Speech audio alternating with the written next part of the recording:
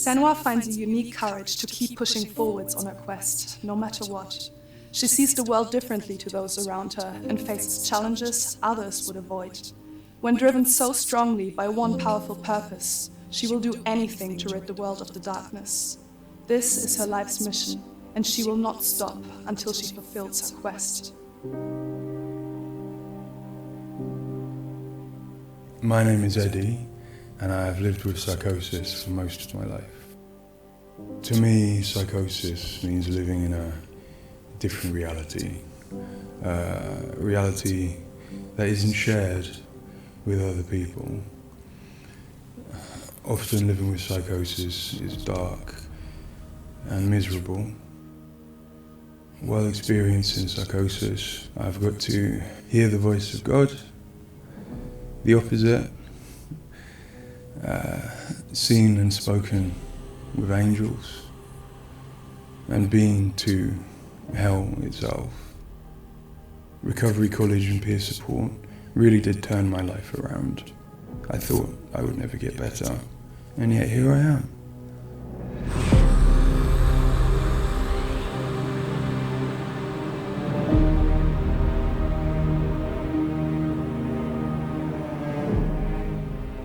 The things that Senua experiences in Hellblade are very similar to some of my own experiences.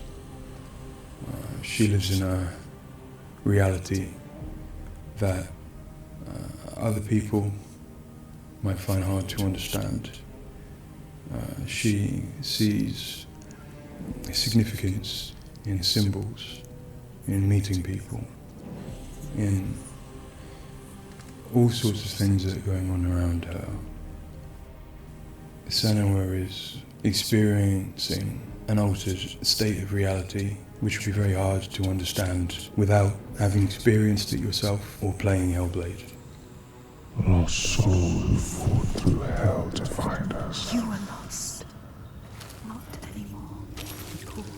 Are you ready for what you will find here? It's difficult saying that it's an illness, that it's not real. Of course, to me, it is. And of course, to Senua, it is. And that's what's driving her to do these amazing feats of courage, to overcome pain and exhaustion, to do what she knows she must. All the fear, everything I've seen, everything I've done has led me to this place. We've come so far, not far enough. Say it. You are ready to tell them. In Senua's Saga Hellblade 2, we tell the second part of the story of Senua, a Celtic warrior who, like Eddie, has experiences of psychosis, seeing the world in a unique way and existing in a reality unshared by others. At a surface level, this manifests for Senua in seeing things that others don't, hearing things that others don't, and having unique beliefs about the world. My name's Paul Fletcher. I'm a psychiatrist and a professor of neuroscience at the University of Cambridge, and I've been working with the Ninja Theory team on Hellblade and other projects for several years now. I am a clinical doctor, but have also added research and teaching to my role. And in all three areas, I'm especially interested in the human brain and how it strives to make sense of the world, which is complex and changing all the time. The lake, like a mirror. You can see. Senua, like many people, experiences psychosis. Now, psychosis is not a diagnosis, although it is associated with a number of medical and psychiatric conditions. But ultimately, it's a loose description of a shift in one's experience of reality. What are you doing? There's something here. I need to find out what it is. A person with psychosis might experience changes in their perceptions and their beliefs. For example, they might see or hear things that other people can't. and they might come to believe things that are quite uncharacteristic for them. For example, they might feel that somebody, perhaps somebody even very close to them, is intent on trying to harm them. Now, it's very important to remember that this is not just a vague feeling or an imagination. To the person, it feels like their reality, just as everything around me feels like my reality to me. I, like many people, feel that in order to even begin to understand psychosis, we have to start with thinking about how the brain works in general, how it makes sense of the world around it. And when we do that, we're repeatedly confronted with evidence that actually it doesn't just rely on the evidence of our senses, but it actually relies on what it already knows, on its predictions, its anticipations, and its expectations. Your voices. Now that might seem like a defect. After all, why would we want to rely on what we already know rather than what the world is telling us? But if we did act simply as passive receivers, we would be completely swamped. We'd be like a newborn infant trying to make sense of the colours and shapes without any way of having a framework to try and understand those colours and shapes.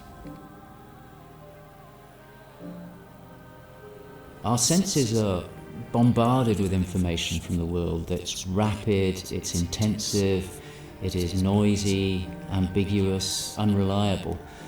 And if we were to try and make sense of that without imposing patterns and expectations, then it would be like trying to assemble a multi-dimensional jigsaw without knowing what the picture was on the box.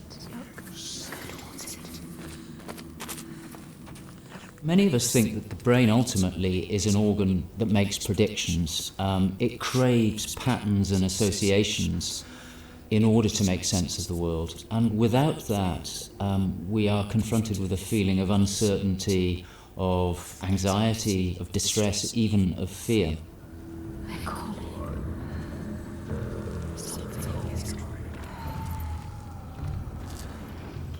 Where do these predictions come from? Many of them are actually embedded in the structure of our brain, probably wired there by evolution. Many of them come from our earliest experiences as babies, trying to make sense of this new world that we're born into. Many come from our early childhood experiences, from what we learn from others and how we interact with others, from our parents, our teachers, our friends.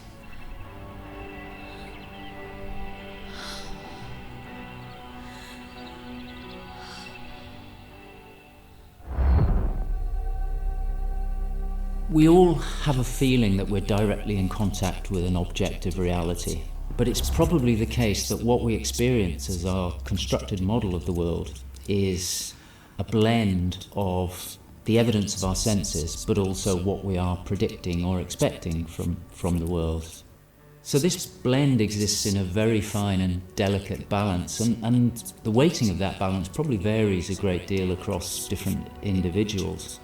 But crucially, this balance is what determines how we experience and interpret and act upon the world. And some of them are embedded in shared experiences with others, our society, our culture, our arts, even our religions and our mythologies. So for the most part, this works very well for us and enables us to make sense of the world, but it's also, being a delicate balance, it can be shifted, and it's very easy, even under the most normal day-to-day circumstances, to deviate from objective reality. A good example of this is the hollow mask illusion. All of us are familiar with a mask. We know that it depicts a face and that the inside is hollow. But when we see the mask rotating round and we see the hollow side, there is a deeper prediction, probably embedded in our brain, that facial features tend not to be hollow, that they stick out. And this deeper prediction can override our knowledge that the mask is hollow and make us actually perceive the face as sticking out at us. Despite what we know, the deeper predictions will override this. So for me and many in my field, perceptual illusions like this, which are very common, are really interesting because they tell us something fundamentally about how the brain is making sense of reality using its predictions. But more than that, for me, it's very interesting because it begins to give us a sense of how psychosis might begin to emerge. Psychosis is this experience of an altered internal construction of one's reality. And it seems feasible that this is dependent upon this balance I've talked about between predictions and evidence. And it is probably the case that some people tend to weight their predictions more heavily. This, in many circumstances, is advantageous because it means that they can discern patterns and associations that perhaps other people can't. But if that balance was shifted further by different circumstances, then it may well be that they begin to construct a reality that doesn't accord with the world around them. What might cause that shift? Well, a number of things. It could be caused by stress, sleep deprivation. It could be caused by illness, neurochemical disturbances. It's also the case that our experience will change how we predict things. So a very profound experience, for example, of trauma, could powerfully change the way in which we make predictions about the world and shift us from this delicate balance into a state of psychosis. In the case of Senua, we know that from an early age she was able to discern patterns and associations that perhaps other people couldn't. And on top of that, her childhood and adolescence had a number of traumas in it. Her father was abusive and he accused her of being the cause of evil and darkness. Her mother, who had the same capabilities as she did, was actually sacrificed for the same reason. And in addition, her village was attacked by Vikings and her lover was brutally killed. And it's possible that all of these traumas would act on her natural tendencies to topple her into this psychotic experience that is depicted in Hellblade. With every defeat, the dark rot will grow and soon it will take her soul.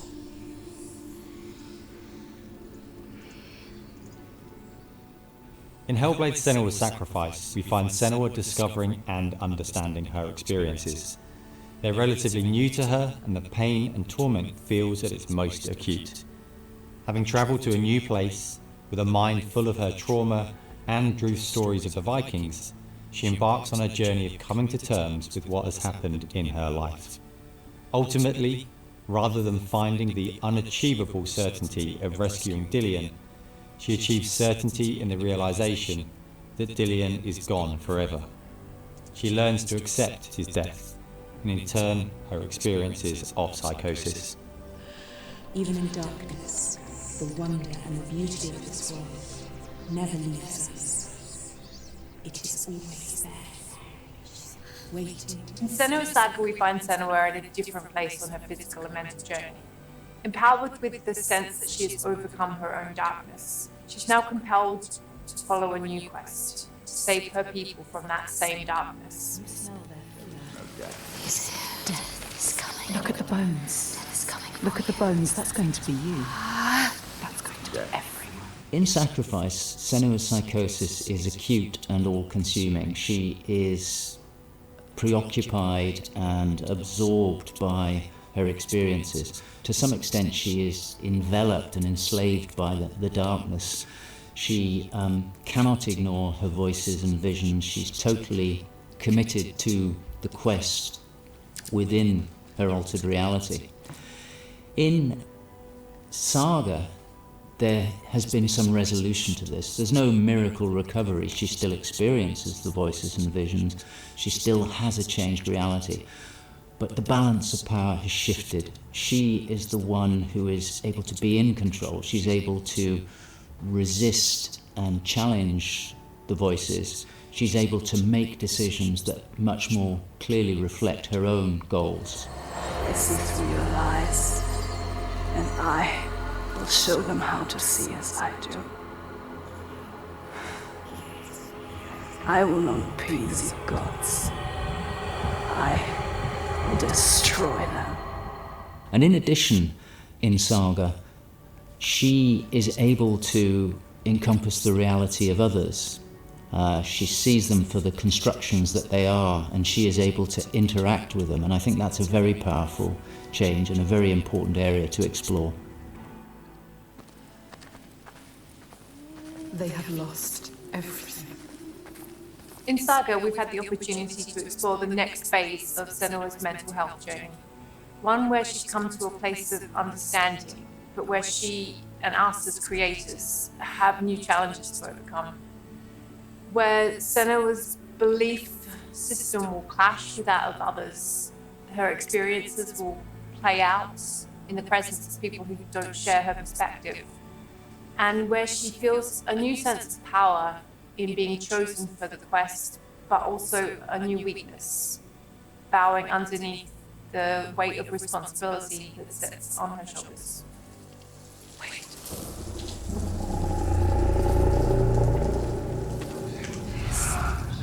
In Saga, we have once again utilized binaural audio to bring Senua's voices to life. Her furies still travel with her, but their tone has changed this time. She continues to be haunted by her father, and she starts to feel the audible presence of Icelandic myth infecting her mind. That scream, that voice. Something dark, Senua. You need to go up there. Don't let them see you coming. You need to find out. Don't let the monsters find you. You can do this. To hear the world as Senua does, we spend time with people with lived experiences of psychosis, and also with Paul Fletcher. This made a strong basis of what it is to hear voices, what they say, how they sound, how they change or react to external stimulus.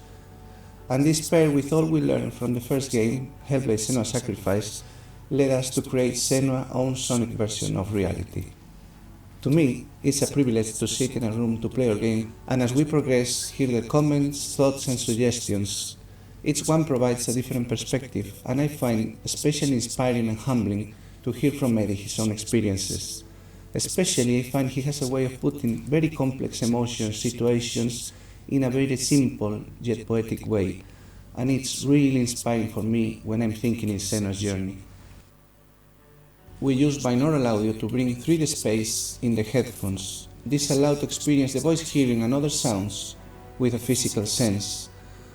Also extremely important is the performance of the voices, and for that we have been collaborating with Helen and Abby, our Furies. They are the most prominent voices of Senua. The way we perform is important as well, allowing for freedom, movement, creative input from Helen and Abby, and also important to have with them conversation and spend time talking about the journey of our character.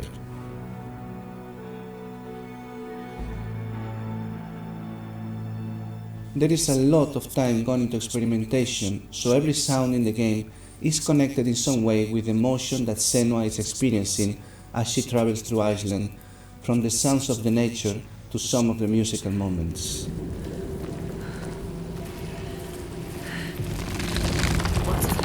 A sign. Beyond of its uniqueness or not, I find that for me, something extremely important is to create a connection beyond the game. So in understanding Senua's own reality and going on a journey with her, I hope our players will understand better how people experience reality different, and in doing so, I feel, we break those walls that keep us distant and lonely. My brothers used to come here to practice fighting. Sneak out. Follow them. For Saga, in order to bring Senua's experiences of hallucinations to life, it was very important for us to listen to people's real lived experiences. It was then a case of thinking about how Senua's world and reality might look when faced with these types of examples. This would have been impossible without Paul Fletcher and amazing people like Eddie and Kathy, who've been so open and honest about what they have been and do go through on a day-to-day basis. I think it takes real strength to be able to talk about such personal things to a new group of people. On the visual side, we have lent into things like repeating fractal geometry shapes, cymatic patterns, with lighting and post-processing changes to all help reflect the current feelings of Senua. And hopefully, when combined with the audio and gameplay, the player will get a sense of what we are aiming to achieve. Just like No, this cannot happen again. You couldn't do anything. We have to stop it happening. Face it. You need to face it. Focus. In Sacrifice, we saw a story of Senua's suffering at the hands of her experiences. In Saga, we're telling a more nuanced story of the next step on her journey. One where she has found a greater balance, but where her experiences are just as strong. Where rather than being a victim to her experiences of psychosis, she is driven by them, on a path that only she sees. Bringing sin with you. The gods cannot be killed. One thing that I find very exciting in Saga is that there's an attempt to explore something that is really neglected in my field, which is the experience of a dual reality that some people have. People who have had Senua's types of experience have spoken to me about this feeling that they have their own reality, but they also recognize the reality that others experience, and it can be very confusing, it can be disorientating. And it's exciting to me that the game contains an explicit attempt to portray this experience of dual realities, and I think it'll be very interesting to see how people respond to that. It's amazing what has been done and what's been portrayed. I think it's really difficult to turn words into what other people might be seeing, but I think I'm always blown away by what Ninja Theory come up with for their games. And I'm really stunned at the quality of, the things that she sees and the sound of the voices that she has. I think they're pretty realistic. She's getting closer. Yes, she can feel it. I hope that the game will help people who maybe don't understand psychosis or don't know very much about it to start with. I think by experiencing some of what they will do in the game, I think it brings to life a little bit of what it's like to have psychosis, and I think hopefully people will learn from it. Now I'm working as a peer support worker, and what that means is that in my case, in the job that I have in my role, it means that I go to see my people, to see my peers. We talk about how things have been. The way that Hellblade has captured the experience of psychosis is nothing like I've ever seen before in terms of its realism, in terms of its fairness to people like me.